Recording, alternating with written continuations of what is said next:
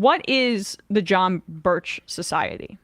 Yeah, so the John Birch Society was a group, a grassroots activist group from the 1960s. It was organized all over the country, 60 to 100,000 members, mostly white, mostly Christian, many of them upwardly mobile members. And the group, at least the headquarters, argued that there was an internal communist conspiracy. Basically, that there was a threat within the United States. It was the greatest threat to the country, and it was a communist inspired.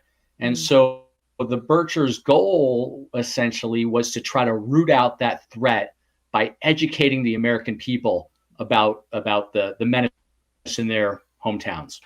I want to return to the anti-communism, which is super important to understand. But when you describe them as, Christian, white, and upwardly mobile, it reminds me of the January 6th's, where there was like a small kind of bump in the news cycle where people were saying like, the January 6th rioters, they're just misled. They don't have a ton of like financial means and stuff. And people looked into some of their class background, and a lot of them are, upper middle class, small business owners, with backyard like pools and things like that in different pockets of the country. And that seems to be very similar to the people that, you reference here or talk about.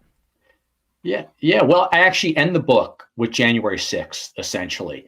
And, you never want to take the echoes or the parallels too far, but absolutely there are, look, one of the things I argue is that the Birch Society helped show the far right and subsequent generations of far right activists how to forge a primarily white Christian cross-class alliance, including the super wealthy, which is how the Birchers started, a handful of extremely wealthy, mostly businessmen, a lot of upwardly mobile professionals, doctors, engineers, with some echoes of the January 6th types, ex-military, and then also some white working class folks as well later in the decade, I think primarily.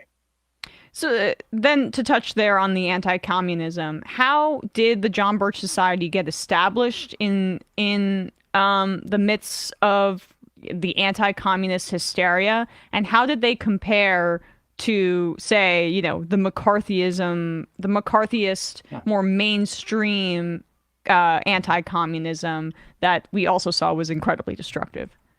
Well, look, Joe McCarthy was actually one of the heroes to a lot of Birchers. And what's a little ironic is that the Birch Society, which was founded in 1958, was actually founded in the kind of middle of the Cold War, but not in the early 50s or late 40s, right? It was, I wouldn't say that it wasn't quite the time for a détente, but they did come after McCarthy. And the Birch founders looked at Joe McCarthy and other conservative heroes, anti-New Deal, hard-line anti-communist heroes, and they argued that they had been sidelined, right? That they had been, as Robert Welch, the founder, once wrote, he argued that Bob Taft, a senator from Ohio, who was another hero, that he may have been killed by a radium tube that had been implanted in his Senate seat and that had caused the cancer that had murdered him. So, you see not just the conspiracy theories, but you see the martyrs,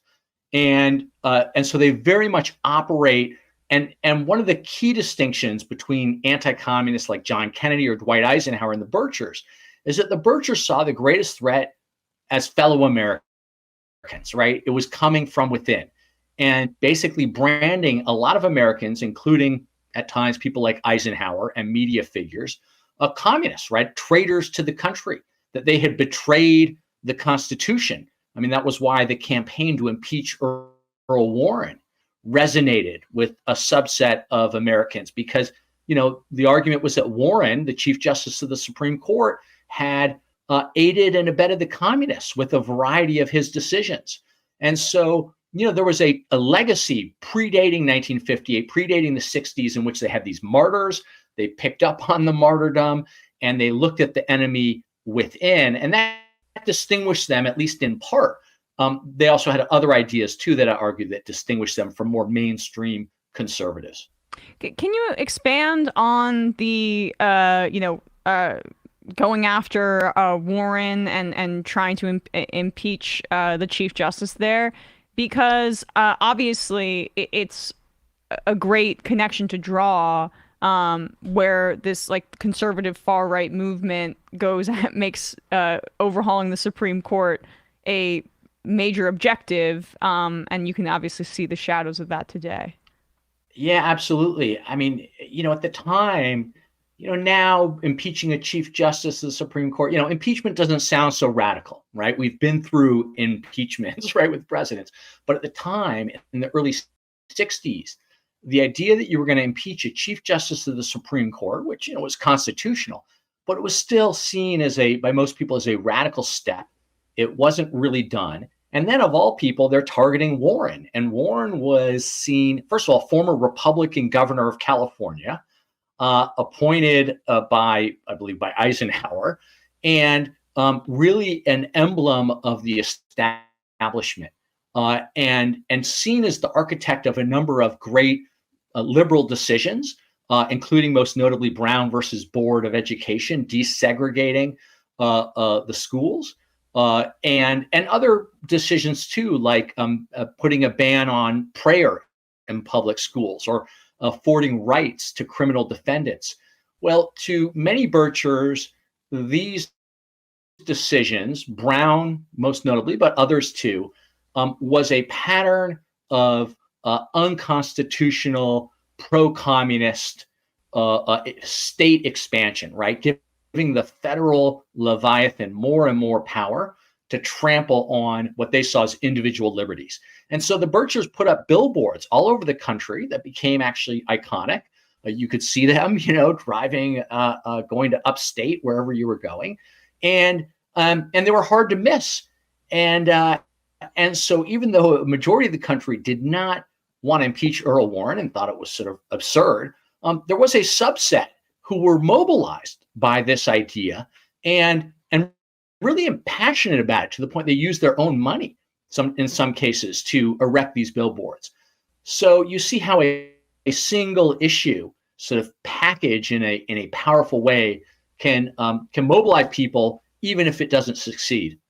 And it packages the anti-communist fears with racism and fears of change, right? Which leads to levels of conspiracy, I would imagine, that like become the hallmark of the John Birch Society and the Birchers. Is that fair? Yeah.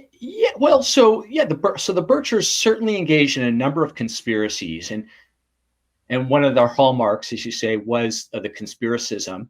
There was also a more explicit racism.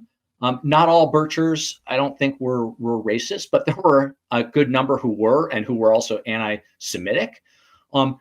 There was an argument among Birchers. They wanted to essentially repeal the New Deal, right? They wanted to, which is part of the reason they loathed Dwight Eisenhower. They saw him as accepting the New Deal. They wanted to repeal the New Deal, and they opposed the entire post-World War II international order. One of their other slogans was "Get the U.S. out of the United Nations." And one of their insights, I think, was that they were able, by branding all of these issues as communist, as pro-communist, they were able to define the enemy as they saw it with a real epithet, but apply it to many different areas of American life, including also, I should mention, what we know today as these hardline culture wars, sort of banning books, putting pro-Americanist literature in schools and libraries. So they were early adopters, and again, by saying they're all communist dominated, they're all un-American, they were able to mobilize a good number of people in support of all these causes.